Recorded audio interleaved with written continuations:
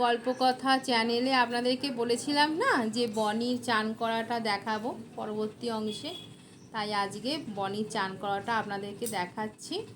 ওকে প্রথমে নিয়ে এসে জলের মধ্যে একটু ডেটল দিয়ে টায়েল দিয়ে, আমি ওরকম করে ডুবিয়ে ডুবিয়ে চান করাই না, কেননা হসপিটাল থেকে বলেছিল, পশু হসপিটাল থেকেই বলেছিল যে ওদেরকে এরকম করে টায়েল দিয়ে মুছিয়ে মুছিয়ে চান করাবে। এখন তো গরমকাল, সেই জন্য ওদেরকে এরকম করে করে আদর করে করে আদর করে করে আমি চান করাই।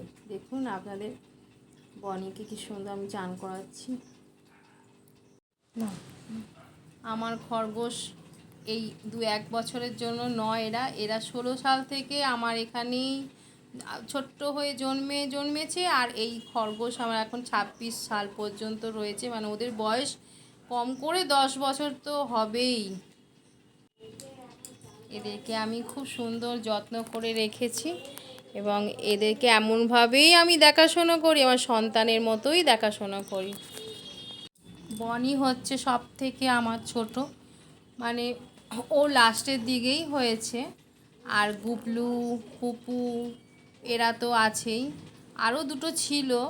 দুঃখের বিষয়, ওরা একটা মানে বিগত প্রায় 25 সালে একজন চলে গেল আর একজন 24 সালে চলে গেল। এরা 3জন এখন আছে, 5জন ছিল, এখন 3জনে আছে আমার কাছে। আপনারা আশীর্বাদ করুন যেন এরা আরও মানে আমার কাছে আরও বেশি দিন যেন এরকম আদর যত্নে থাকতে পারে।